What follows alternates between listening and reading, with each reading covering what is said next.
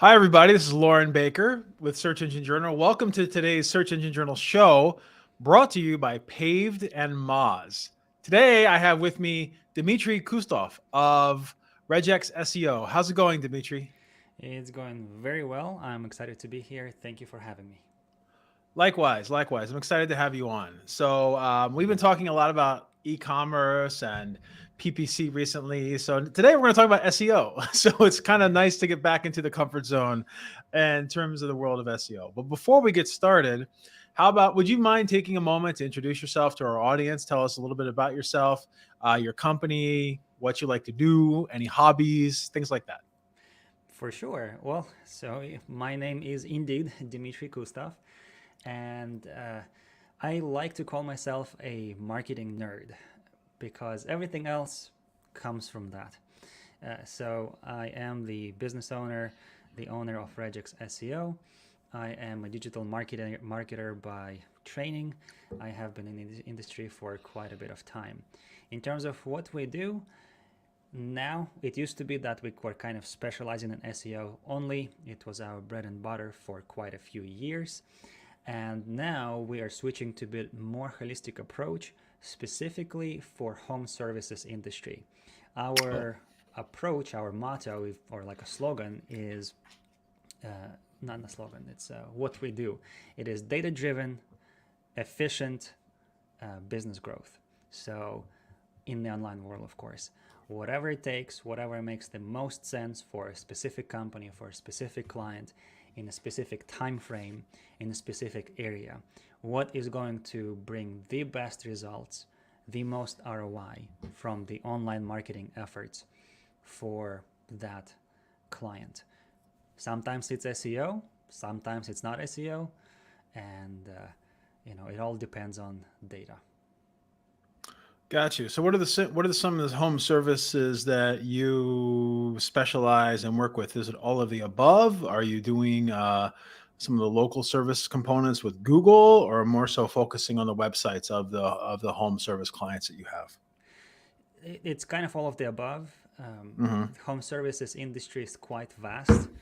We have had quite a bit of success with companies that do like things like air conditioning, electrical repairs, plumbing of that nature. We recently started working with ARS, one of the bigger companies out there, the rescue router, the ARS.com, Hmm. um, and their sub brands. In terms of what we do for them is, as I mentioned before, again, data driven, the most efficient business growth. Whenever we have a goal with our clients, they're trying to achieve, I don't know, 2x in the next 3 years. What is the way to get there?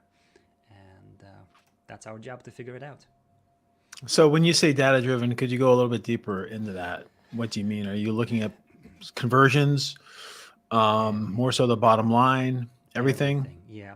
So one of the things that business owners, especially because business owners are not marketers by training, they don't look at the marketing activities and data the same way as marketers at least should look at it. But even a lot of marketers forget about that you are working for a business, you're working with a business, and the point is not to bring just the number of leads. It's the quality of leads that matters. That's one of the sayings that I have.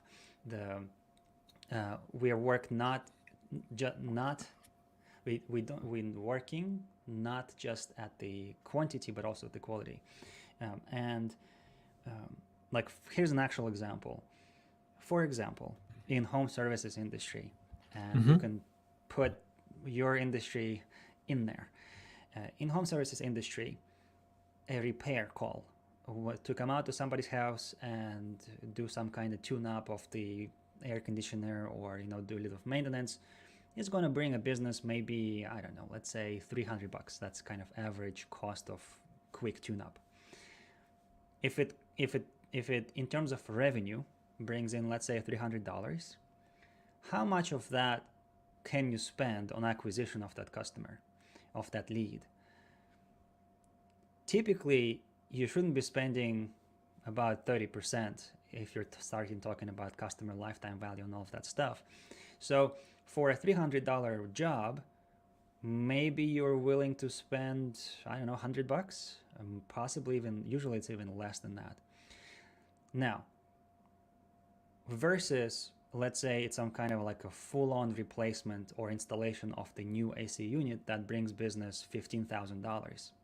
Well, that's completely different two approaches. For one, you're willing to spend 20, 30, 40, 50 bucks for that lead and customer acquisition. For another, right away, you could be spending up to $1,000. And a lot of SEOs, a lot of marketers and business owners especially, they forget about that link. It's like, hey, get me calls, generate me calls, especially when we talk about PPC and stuff. Well, let's kind of step back and look at how those leads transfer into actual booked appointments, into actual sales and revenue, and let's look at ROI. And then another thing after that, which for whatever reason, 95% of people I talk to, marketers, business owners, whoever, they forget about what I call pure ROI, meaning that ROI on the net of the business. Like there is a net margin of the business.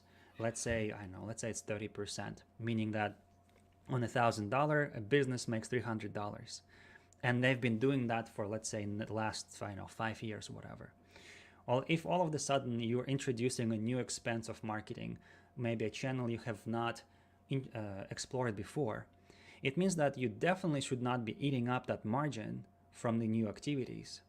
Therefore, no matter what you do, you should not be spending $300 or more, or really not more than $300 on acquiring those new leads, because otherwise you're literally running business into the ground. You're spending more than you're making by introducing new marketing activities, especially if the business already established. It's not some kind of like an investment thing for a new business that just started, where you kind of expect that in order to grow in the beginning, you have to invest a bit of money. So things like, ROI, cost per lead, cost per appointment or job or service, whatever you call it. And then what I call a pure ROI, or like a net ROI, where you have to include not just net of the net profit of the business, but also the cost of marketing. Like if somebody hires you as a marketer, they're paying you something. So you have to technically subtract that from whatever profit or revenue you're making that company. So whenever you start looking at it from that perspective, a lot of things start breaking down very quickly. And then I'm not even going to talk about offline stuff like TV and radio ads and whatever else that's pretty much impossible to track, at least very, very difficult to track correctly. So yeah, I can talk about this for 2 days straight, so I'm kind of going on a rant already. So yeah, I'll pass it on back to you. Yeah, no problem. So there's a couple things that I'm getting here. So looking at the air conditioning repair company or the HVAC company or whatever, if you're running a campaign for them, so like for example, helping them with their local listings or local traffic, getting in leads from there. And then outside of local, also optimizing specific pages for specific services. Mm-hmm. So the average service, like a maintenance service, like, hey, my AC doesn't work, come fix it. They come in, they fix it, they kick it a little bit, it works again, $300, right? Yeah, so, which is, and then a complete overhaul, an entire AC unit, maybe around 15,000. Yeah. So are you saying that a lot of your optimizations for on-site, are you concentrating more on the higher ticket items for your on-site optimization than you are, higher margin, higher ticket than you are just like the maintenance offers? Like because what I would be thinking is that, like from an on-site optimization perspective, air conditioning unit replacement, air conditioning unit broken, whatever it may be, that is what I would definitely focus on, because I can see the immediate impact there. Because the one thing that you brought up was customer lifetime value, right? Mm-hmm. Which has that variable has so many components to it that are outside of the control of whoever is running the search campaign, the PPC campaign, the lead generation campaign. Because in order to have that customer be worth more for their lifetime working with the company, you need things like customer service, Yes. in-home experience, right? Are you sending someone to the house that is pleasant to be around, right? Right. Or are you sending someone to the house that just got out of prison or whatever and is just like making a mess, breaking things, etc. So, Right. Right. and then also, following up, right? Are they following up before the appointment happens? Are they sending the text? Are they sending the emails afterwards? Are they following up every year with like a promotion or something? Yeah. There's so much out of our control. A lot of search, from my experience, a lot of organic search, PPC as well to an extent, is very first touch, right? It's very Right. like, hey, we got you the lead into your funnel. It's one of the most qualified leads available now, right? As opposed to making that first sale, what else can you do now that I've handed this off to you to make sure that that lead I got for you is worth more than $300? Because Exactly. if they're coming, if they're going to service that air conditioner unit for 5 summers, $300 per summer, right? That's fantastic. It's 1,500. But chances are, after 5 summers or 8 summers, they're going to need a new air conditioner unit and all that Right. stuff. That's a higher ticket item itself. So keeping them in the flow and keeping them as customers is, I would imagine, is incredibly important as well with what you're doing. Absolutely. Absolutely. Yeah. And this is part of that data that most people forget about. Most customers, marketers, business owners, they forget about to look at that stuff too. Like, you're correct that you kind of look at it in a vacuum of in that one scenario. It's like, oh, okay, you brought me a $300 lead, but I paid $400 for it. I lost money. How is your customer life value? What is your retention rate? What is your conversion from like a tune-up maintenance into sales later down the road? Like, all of that stuff has to be known to all of the parties. And one of the things that we help, or at least I as a marketing director help with our clients, help our clients with, is not just understanding those numbers, but also gathering the data, how to kind of understand that data, what to do with that data.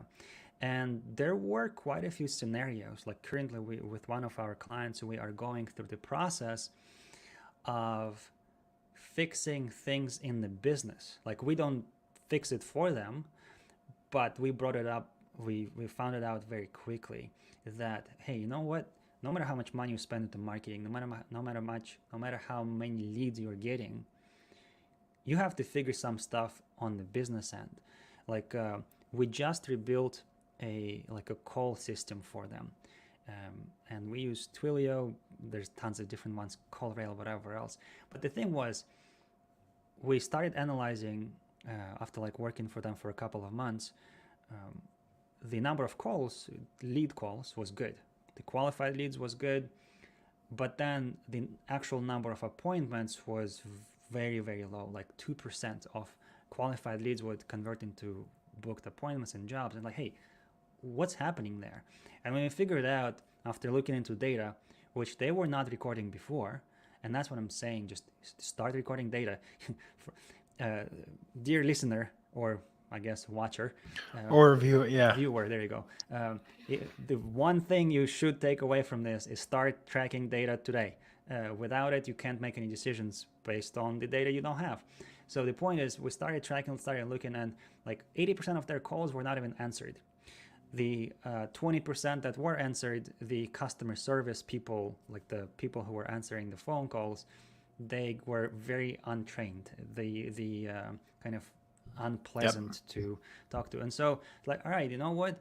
Yeah, you can spend $100,000 on SEO and PPC and whatever else, but it's not going to make any difference if those leads, if those calls do not convert into actual jobs. So let's fix that part first. We'll help you as much as we can. Like our job here is not to take money from you and kind of do nothing. Our job is to make sure that you have success as a business.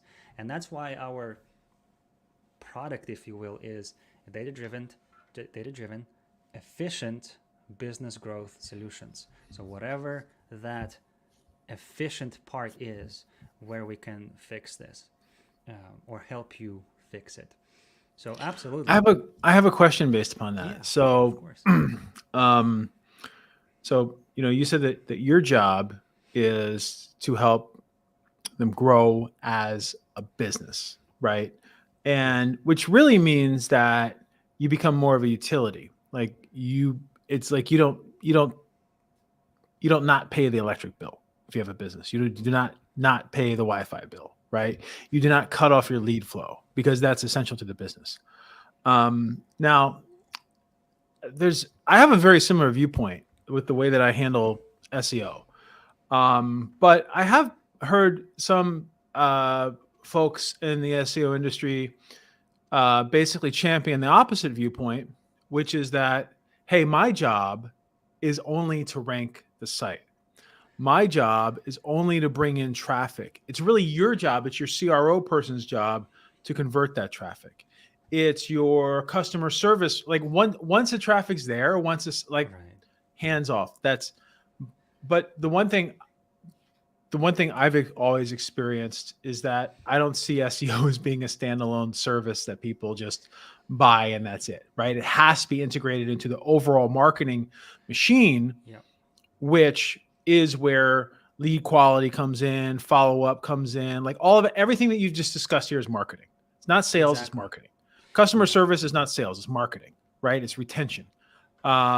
It's getting someone further down the funnel to then make that sale. And SEO is also a bridge into sales as well. Like it's not just about ranking number X or Y in Google, because quite honestly, if you don't have all of that follow up, you're not going to maintain that ranking. If your leads are bouncing, if you're not growing as a company, if you're getting really bad reviews. One of my first clients was a carpet installation company, and their biggest issue, they wanted me to do their ORM, their online reputation management. mm, So when someone searched for their brand name, it wasn't negative reviews, right. but they would consistently like drop furniture and break Yeah, yeah, things and yeah, put in the yeah, wrong color like carpet. So I'm like, there's only so much I can do here. Like we have to exactly. be on the same side. So Yeah. it's really interesting to hear that viewpoint. What do you think about the other viewpoint in terms of, hey, my job is just to get you on page one, and then you have to handle all that other stuff. Like, how do you Yeah. feel?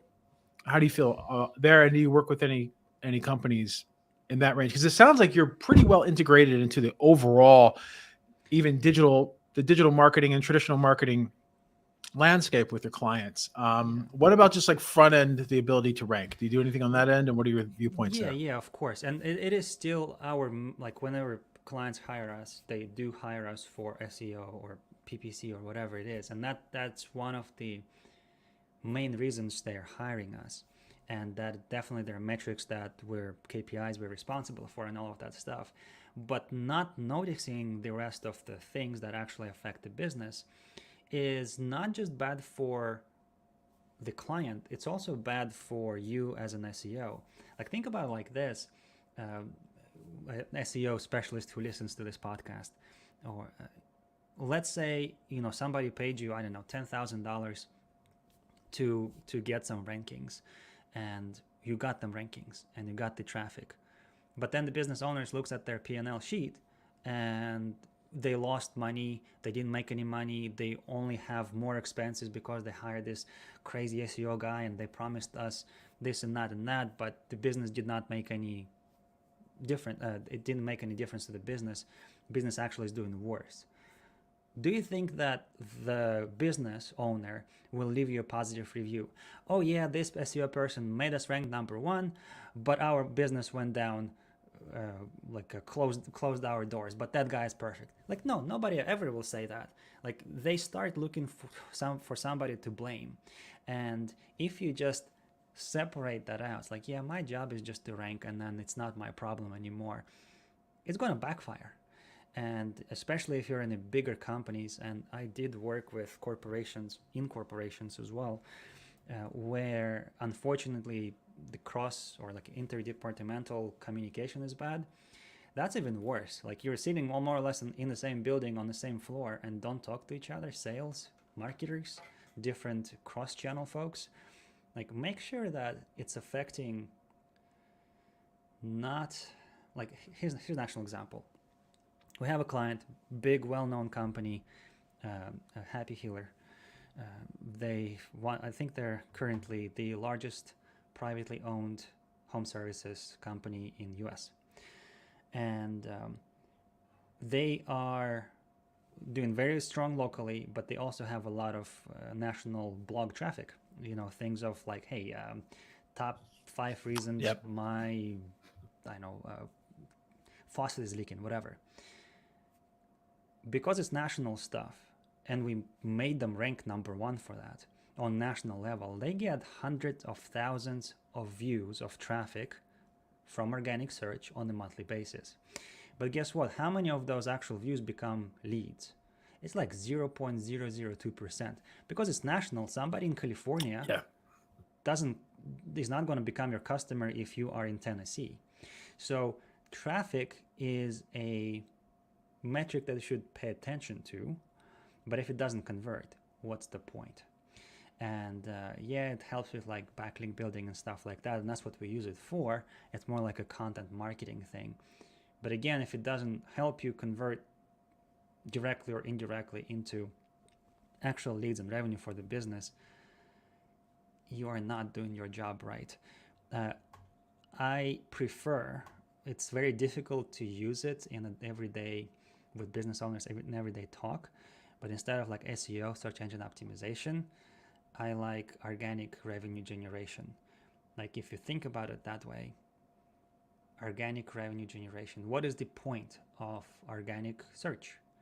It's not just traffic, it's actually revenue generation from that channel. So a lot of people don't have that phrase, they don't know about this phrase, but that's what I prefer calling SEO, air quotes, organic revenue generation channel. So yeah. And in GA4, if you search for organic search revenue, it will show you the most recent revenue that's generated from at least organic search, not also direct. One question I have, we talk about this a lot on the show when we have people on.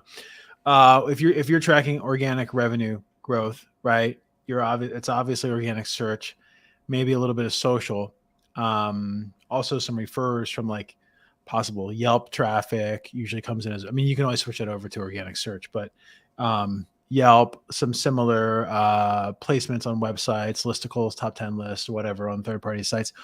What about direct? What role does direct play with the data that you're reporting to your client base? And how do you explain what direct is when you're working with those clients? Right. Very good question. And actually, it's much easier to answer, I think, than most people think. Before we start with working with anybody, and you should do this as well, you need to have data, historical data, unless it's some kind of brand new, like a just opening up company, right? You should have data, and from there, go to Google Search Console, for example, and see the percentage of traffic, organic traffic, that is brought by brand queries. The name of the company, how many people out of all of the clicks, all of the organic search that you get to the website, what's the portion of that is brought by direct queries, not direct queries, the brand queries. And then as you work on the company, as you work on SEO and everything else, channels affect each other for sure. But you should be able to understand how much, like the goal of the pure SEO is not to increase brand search. Like brand search is PR, even offline stuff, like all of that stuff, that's for the brand search. Our goal as the pure SEOs is to increase the percentage of non-branded search. So if you kind of separate it, then you can start understanding what is the role of direct channel. I always recommend looking at multi-channel funnels. Multi-channel funnels, is that what's it called? In Google Analytics, where you can see, how people get to your conversions, how many touch points and stuff like this. If they start at direct, then how does it lead into let's say the next steps, organic or social? How do they get to actual conversion? And from there you can also look at attribution models, first click, last click. I'm biggest believer that first click should be getting 100% all the time. It doesn't matter how customer finds you later, especially in home services, any kind of service. If the customer dealt with you, they found you somehow, they dealt with you, they liked you, and then 3 months later they need a similar service. If they had good experience, yes, they're probably going to Google you or find you in another way than they found you in the first place. But the reason they found you in the second place, they came back to you, is because that first channel brought that customer to you in the first place. Right. So sorry, I need to kind of wrap it up. That's for okay. a specific question. So direct channel, it's a brand play. When we say direct channel, what does it actually mean? Somebody types in the URL, like that's actually what it is, not brand queries. It's really somebody typing in the URL in the browser bar, right? So that means that they know you already, which comes, how do they know you? Brand play. They know you by name, or maybe they have it like as a bookmark or something like that, or separate conversation I can talk about for 3 days. Something is mistagged. That's one of the biggest things. Make sure, dear listeners, dear viewers, that all of like things like email marketing, social media marketing, whatever else, all of the links are properly tagged with proper UTM tags, because otherwise all of that stuff is going to automatically being pushed into direct channel, because direct channel is when you don't have the UTM tags, right? It's none or blanks or like stuff like this. So if you don't tag your links in, let's say, email marketing campaigns you send out, by default it will group into direct channel, which you as an email marketer, for example, will not get the recognition for. I don't know if I answered your question, man. No, you did 100%. And it's also very case by case as well.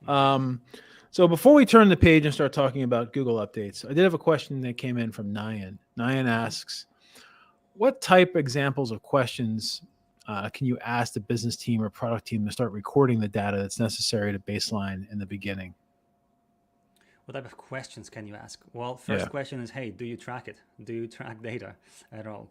And if they say yes, then find out what they are, like how they're tracking, what platforms, and then just get access to it and dig around, and you should be able to figure it out.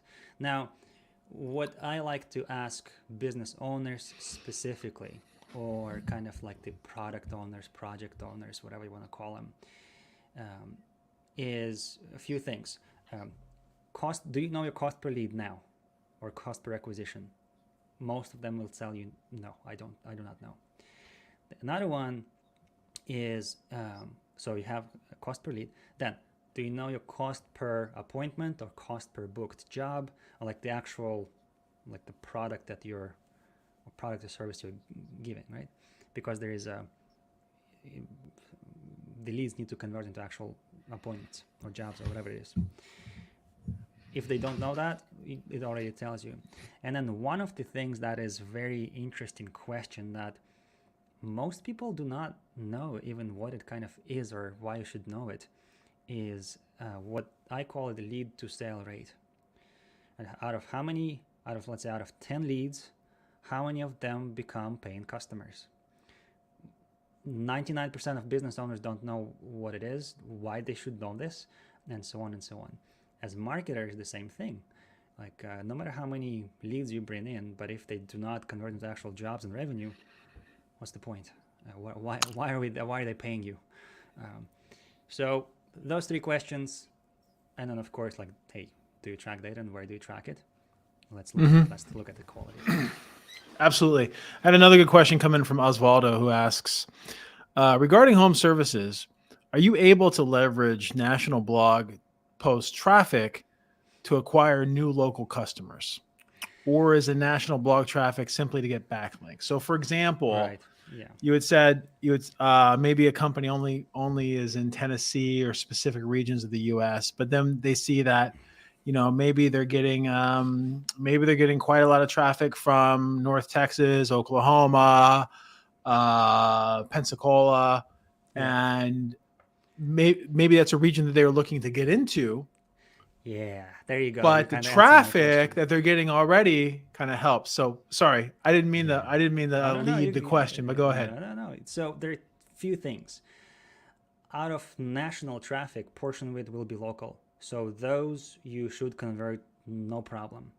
We create because it's blogs, right? You can looking at IP or geo whatever metadata.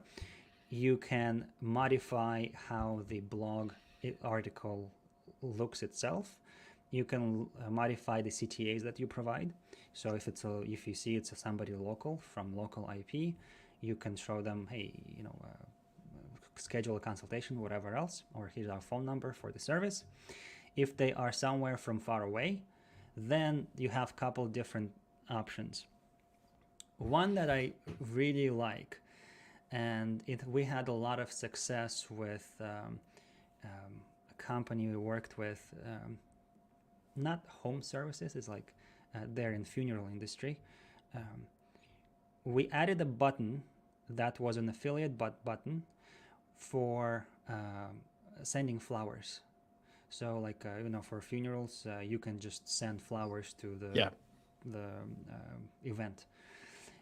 And so we saw that there was tons and tons of national traffic, and nothing was happening. So the company, we convinced them to do a run with a 1-800 flowers company. It's an affiliate thing, and the company itself, they would get a cut of that. So after implementing of that one button called Send Flowers, that button brought in $3 million in annual revenue, which is Amazing. mind-blowing. So you can do something like that. Things like what are those called? Like Angie's List type of things, right? If it depends on the level and the size of the company you work with and what kind of connections they have. But there are companies that, like Angie's List, Home Advisors, Price Fixer, I think it's called. There's all those things where you can have a basically affiliate relationship with, and they will pay you per view or per lead or per whatever else. So that's kind of how you can directly convert that into some revenue. Third thing, as you mentioned, the just content marketing, backlink building, right? The backlink building for local rankings, great. That's kind of given. And then the last one is business opportunity. That's one of the biggest things we have utilized with our biggest clients, where just by looking at where the opportunity comes from, drilling down into the state, the metro area, and we had success with our clients where we told them, look, it's too big of a piece of pie not to explore it. And they went ahead, bought a small local company in not where they were originally from, and they had great success there. So again, it's not maybe as an SEO's job to work on that, but if you see it, if you notice it, just bring it up. It's like, hey guys, you know what? You get 90% of your blog traffic from California.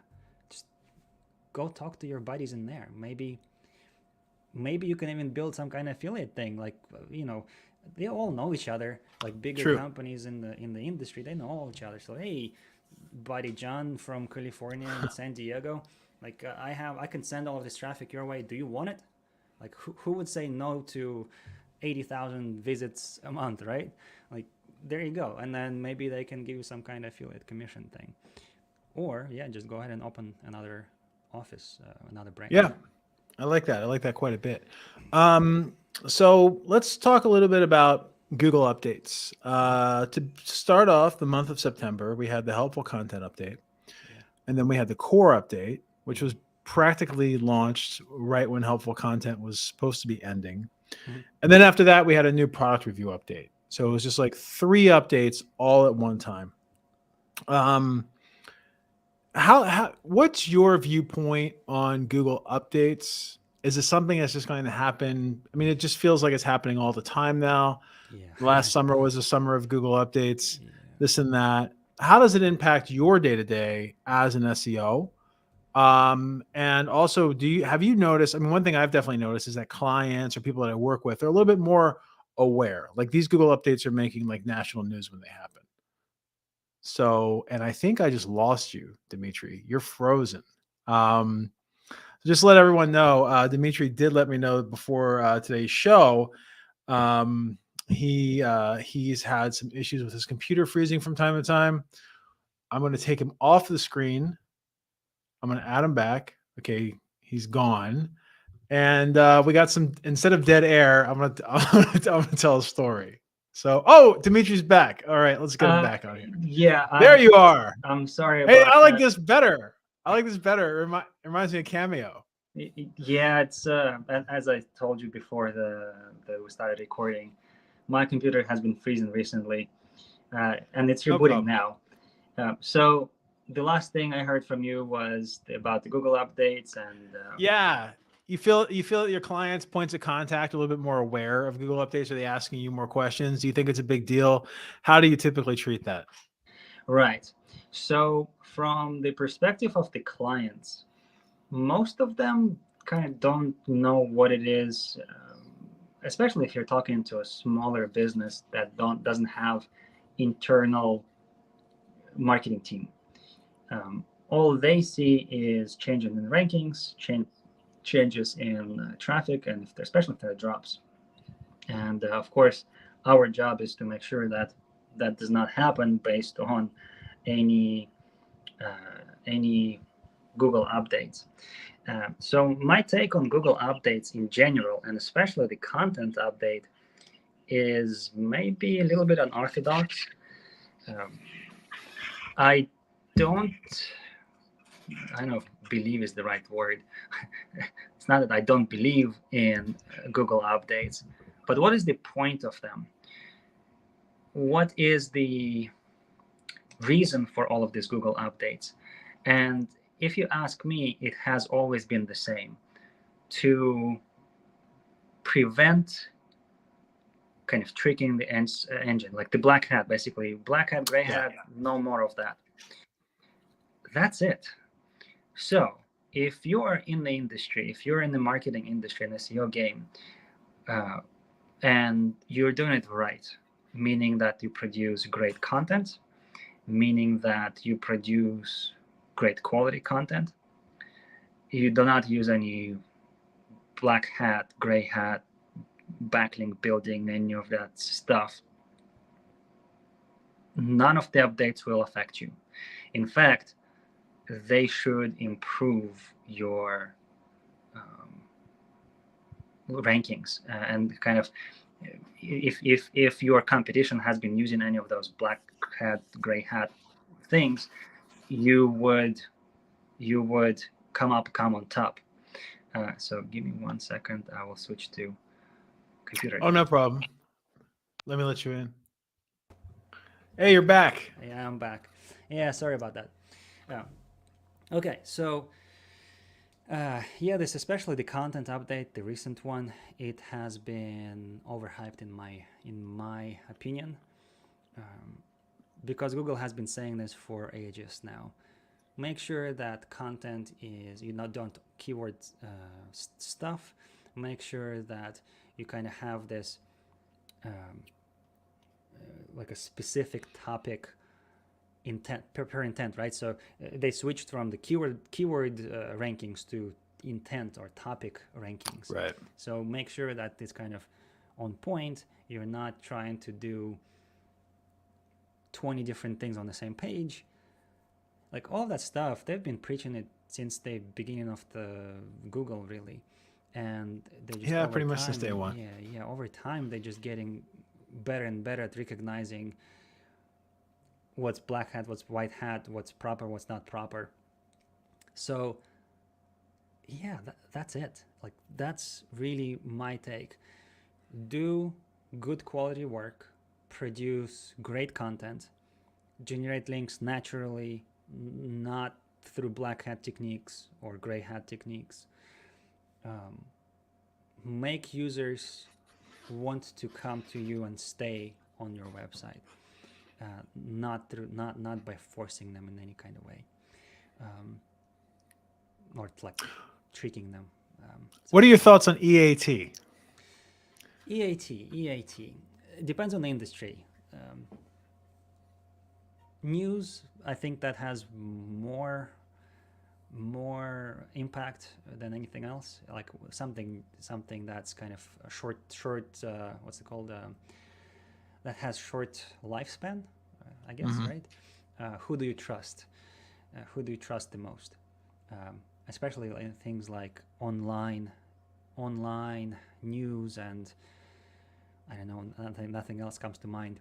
But like if you switch it back to home services, how do you usually shop for home services? Like let's say you need pest control, have some I don't know, bugs in the house. Like you, in most cases, yeah, you might hear some name maybe from TV or radio, whatever, but you're gonna call people who come up on the first page, call 5 of them, get quotes. They come out, do an estimate. You look at the person. Are they dressed properly, or are they wearing a wife beater with a stain? Like you just making sure that they're professional people, know what they're talking about, price is right, and you. Oh, lost Dmitri again. I think he was going to say the price is right, and they can actually do what they said they're going to do. The funny thing is, as well, we'll go ahead and remove Dmitri for the time being until he calls back in. The funny thing is, as well, is that in some industries, no one really cares, right? So, hey, Dmitri, I was just talking about how in some industries, no one really cares if someone has expertise, authoritativeness, and trustworthiness, right? So, like, if I'm on a pest control website, and well, I'm looking at probably like the years they've been in business, the ability, to your point, to come to my house, and then some reviews, right?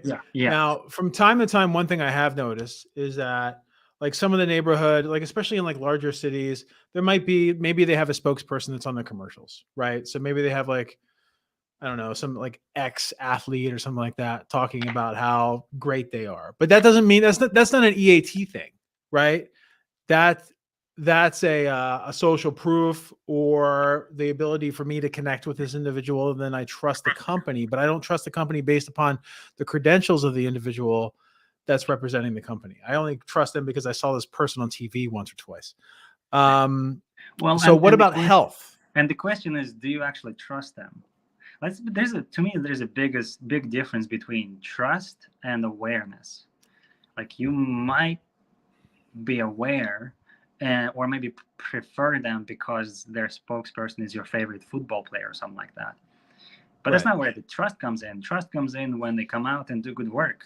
Like, no matter how great of a spokesperson they have, but if they do complete garbage job, then you're not going to ever use them again. And actually, they're going to get a bad review, most likely. So, like the trust is not awareness, definitely. Do you feel that EAT is a new concept, or that it's just something that's been recognized a little bit more recently? I don't think it's new concept. It's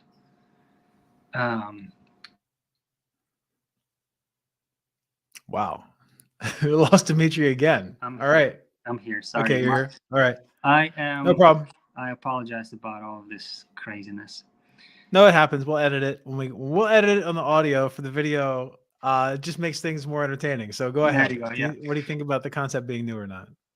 So what's the word? There's the trust that is kind of the trust is built over time, and there is a word for that. I'm blanking right now. It's not resilience. It's integrity. There you go, integrity, right? So being honest once is just honesty, trust, and over time, and being honest over time is integrity. So from a Google perspective, from the market, from Google perspective specifically, I think it is reflected, reflected in the searches where people start using the company name after a search itself.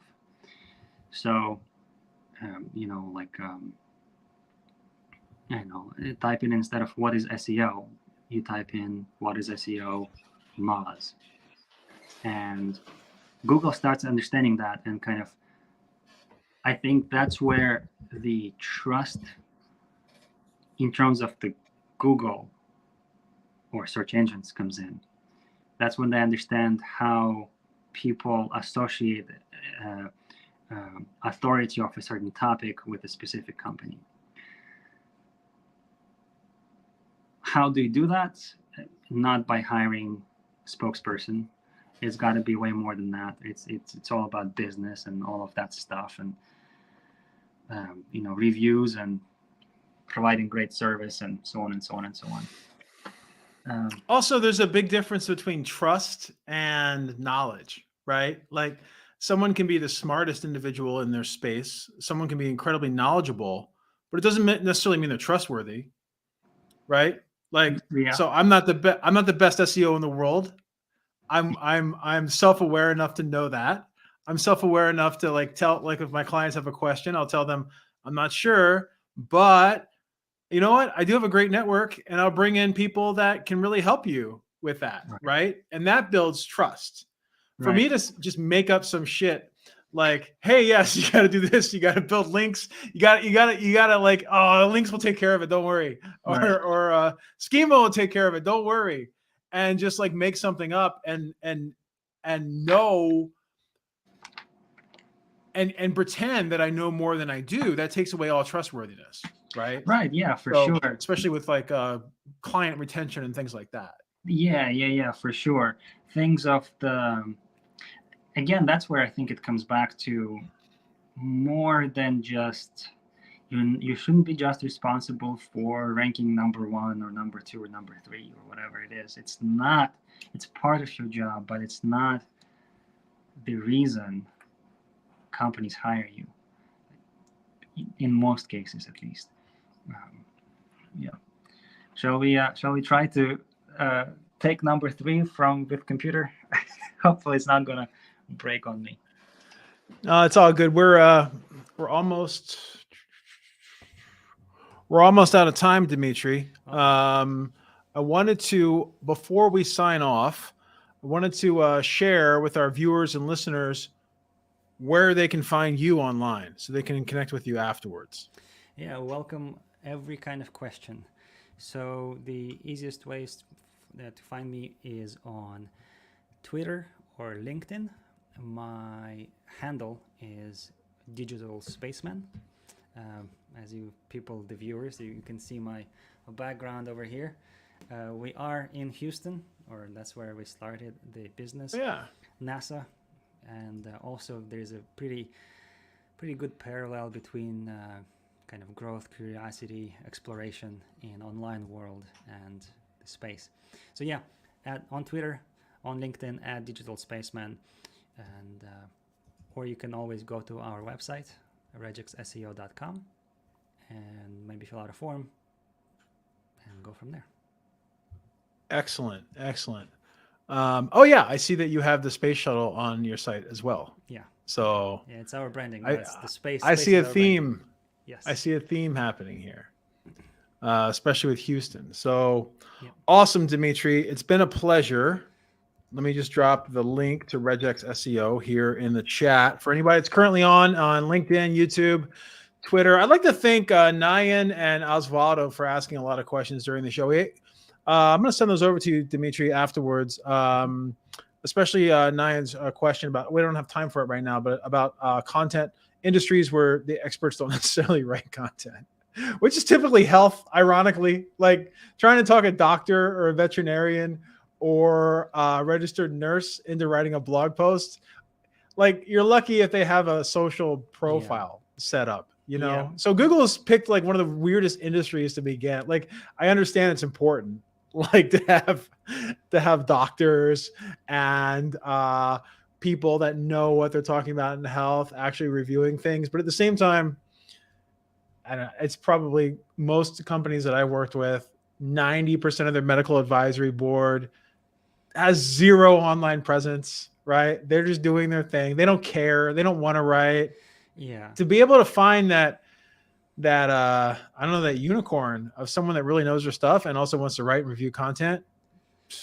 Yeah. More power to you if you can find them. My quick advice on that is that content is not only text content. Text content nowadays especially goes away. So if you are established business practice, doctor, health, veterinarian, whatever, hire an intern videographer, editor, and just let them follow you around. Make a little YouTube show thing or whatever, or little interviews. Like, it's much easier for a doctor or any expert really to sit in front of the camera for like 15 minutes and answer a few questions than, sit down and write a 2,000 word article that's going to take a day or more.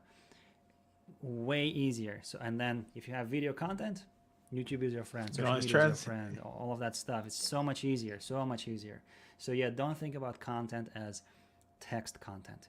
It's especially nowadays, it's smaller and smaller portion of content marketing.